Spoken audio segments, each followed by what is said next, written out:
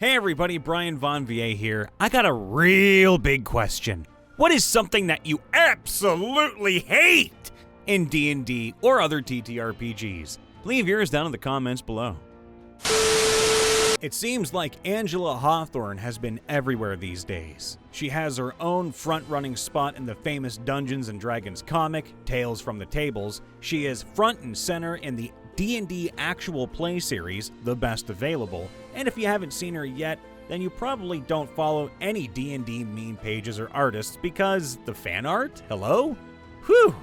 Now she snagged yet another spotlight in the first episode of our new series, History of Heroes, where we dive deep into the backstories of the characters that make these stories memorable and worth telling. The ponytail-wearing and evil-smiting goddess whose fight for justice seems to never end started in a humble family home in the City of Splendors.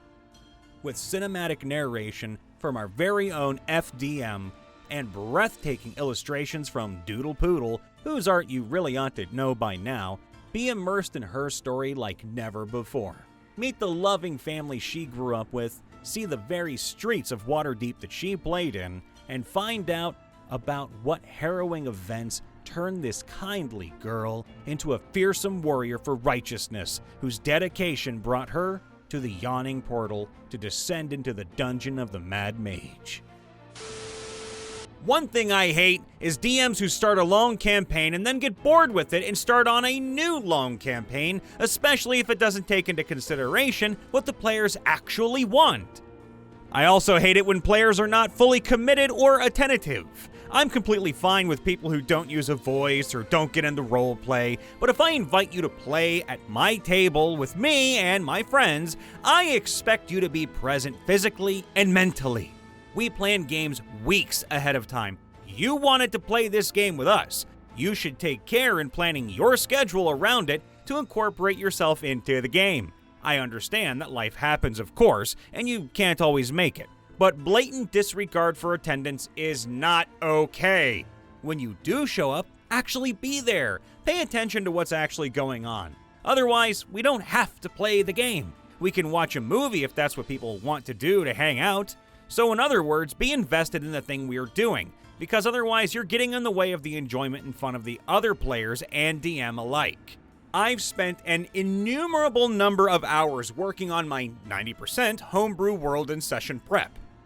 If you do those things, it feels disrespectful and unappreciative of all the work that I've put in for my players.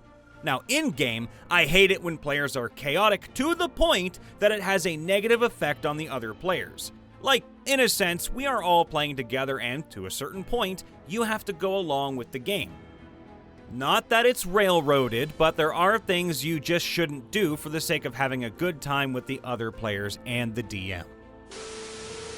As a DM, I have two major dislikes. Number one, players that can't commit to a single PC and have me retire or kill their PCs like, 3 or 4 times a year because they need to test this awesome concept they just came up with. It's a freaking campaign. Don't be disrespectful. And removing a PC and inserting a new one is a lot of freaking work. Number two, players, or DMs, with years of experience with the current system that don't know basic shit because they learned it wrong from other players and DMs with years of experience with the current system, etc. Because they learned by watching some YouTube videos and streaming Critical Role once or twice. Also, players, DMs who take dubious stuff they found on YouTube to heart. No, I'm sorry. You cannot use the shape water cantrip to freeze someone's blood. That's not how this works. That's not how any of this works. So basically, I am a perpetual asshole because my rules are not the homebrew hell that they learned as proper D&D. Now, for some reason, I'm amazed but not disturbed because, no biggie, at how little knowledge people have about which optional variant rules are not standard rules and vice versa. I'm working on a homebrew rule for killing many low HP creatures with a single melee attack. I can't believe they never thought of that. Yeah, except there's already an optimal cleaving rule. What do you mean feats are a variant rule? Haha. Yeah, by raw, rules as written, characters are supposed to just gain an ability score increase, not a feat. To be fair, that's kind of boring, so I get why most people don't do it, but it's still a variant rule. 5th edition! Okay, I'm joking. It's okay. But as someone who likes playing martial characters, 5th edition is a major downgrade.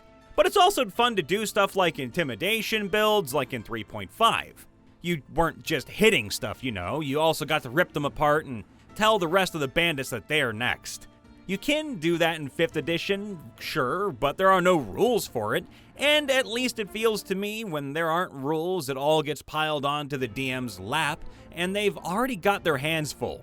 A good mechanic a player can use and the DM can educate consistently is a major plus. I absolutely hate that wearing armor effectively makes you dodge better. I'm actually trying to modify the system to make armor absorb damage before it hits your HP, but the more armor you wear, the easier you are to hit. I also want to implement a mana pool system that gives all classes a mana pool. The more magically adept the class is, the larger your mana pool is, and the faster it can replenish itself. Playing as a character under level 4 and 5, it's just awful and not my idea of fun. I generally hate low-level play. I hate playing an incompetent character. Now, failure is fine. It's being unable to do basic things at low levels that should be simple that sucks. And I never want to waste my time playing D&D like that. Also, insane nerfs and buffs to the wish spell. That really irks me. I'm okay with moderate buffs or nerfs either direction if players are informed at session 0, but when people say it can do some crazy warping of culture and society and history, I'm like, wait, just wait a minute. Gods can't even do that. It's an odious DM overreach, or a player overexertion. Now, regardless, I don't think that the 33% chance to lose the spell forever should apply unless you do insane crap like that. That's just my take. Something I hate in TTRPGs. Drama! That's right, Becky, your drama's gotta go! Whether it's from a player or the DM, I find that plenty of people bring their real-world baggage to the table without communicating themes, expectations, or limitations. Session 0 provides some level of trouble mitigation, but doesn't eliminate it. Now let me explain. Assume we have the following player archetypes. The vengeful edgelord who wants the world to pay for what it did to them. Oh. The horny one who just wants to bed as many people as possible. The one who wants to play their character straight, with a complex backstory intertwined with the campaign. Oh, the comedian with the most random character ever, who derails any borderline serious conversation with their antics. The one who's just there for the combat. Completely different characters with their players expecting different things from the campaign. Now here's the thing. The DM could be compatible with any one of those archetypes, leaving the others feeling like they're being given less attention or time to shine. This leads to frustration, which leads to drama that might end up with people walking away or the group dissolving. That's even worse if a player has some sort of real-life struggles, whether it's the death of a loved one, the loss of a job, or pretty much any of life's many challenges and difficulties. The lack of clear and continuous communication might make things seemingly easier for the DM in the short run, of course, but I've heard of friend groups falling apart due to a nasty TTRPG campaign. But wait, I hear you say, isn't that the same with games like Baldur's Gate 3 or Mass Effect? Well, no, in those games you might get frustrated, Mass Effect 3's ending, but you can always reload a previous save or quit it entirely without any negative effects on your social life or the well-being of your relationships. So, in the end, the DM and the players should be compatible and of the same mindset for the game to succeed, and for them to never forget that it is an agreed-upon fun time, which won't be compatible with everybody's preferences or playstyles. Communicate, understand who's around the table, and don't stretch yourselves too thin. I might be downvoted for this, but honestly, as a DM, I hate it when players attack villains in the middle of their monologue or interrupt me. I know it makes more sense to attack instead of listening to the villain, but let's be honest, monologue as villains is very fun, and it feels shitty when you get interrupted by a sorcerer shouting, "I cast magic missile!" Honestly, if you listen to the villain, you can get more information out of them if they talk and then might make a plan for it. Or it can lead to some more fun RP moments. But then again, I guess I'm not really interested in combat. What do I hate in TTRPGs? I think it's a better question as to what I don't hate. I hate the fact that even in a competent, experienced group, a 5th edition combat can take hours, or multiple sessions even. I have some games where it's better than others, of course, but in almost every 5th edition game I'm in, we can sometimes go as many as 3 or 4 sessions just to finish a single combat. Granted, in most of those games we only play 3 to 4 hours per session, but that's still a long time. I don't want to sound like one of those Pathfinder 2e homers, but Pathfinder 2nd edition really made combat a lot smoother in my experience. It's not perfect, but it's definitely a big improvement. Another thing I hate, though I use the term loosely here, is when a DM doesn't use background music during their game. I know some people have a hard time with hearing something in the background while they're trying to listen to somebody speak, but for me, the background sounds help immerse me in the game even more. I try to use music as much as I can in my games to amp up the tension or make travel more interesting. I also believe that using battle music can help to speed up combat too. Players tend to perk up when they hear boss music, which can help to not only make the story more memorable, but can get the adrenaline pumping and instill a sense of urgency in your players. Now, you want to know one of my biggest actual hates? Listening to a player describe an action for more than about 60 seconds. Unless it's a special situation or something integral to the character, it's really annoying when a player takes up to 5 to 10 minutes to describe one little thing they're going to do in combat. As my Polish grandmother would say, shit or get off the pot! I know people are excited about playing, and I know that they're excited about what they want to do with their characters. But sometimes, just sometimes, that excitement can disrupt the flow of combat so badly that nobody knows what's going on anymore. It's also really annoying for the people who either don't have a lot they can do, or already know what they plan to do when their next turn comes up. For example, when my turn comes up, it takes me about 30 seconds tops to describe the entire turn that I'm going to take.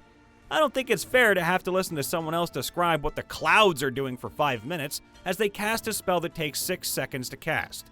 If it's a special moment or the last hit on a big boss, sure, but not for every action.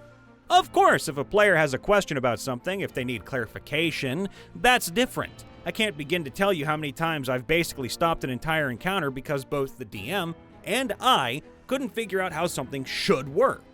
But no one wants to hear someone describe every single detail of their action for the next 5 minutes every frickin' turn. Now, my absolute biggest hate is when someone goes into extreme detail to describe torture or other brutal acts. I don't come to my table to listen to somebody describe SA or torture in graphic detail just because that's what my character would do. Live out your weird fantasies at someone else's table, or in my opinion, seek mental help. Hey everybody, Brian Von VA checking in after the vid. Make sure to leave a like, subscribe, ring that bell, and let us know, in the most hilarious ways possible, what is something that you absolutely frickin' hate in D&D or any TTRPG out there. We love you all, be safe, see you next time, bye for now.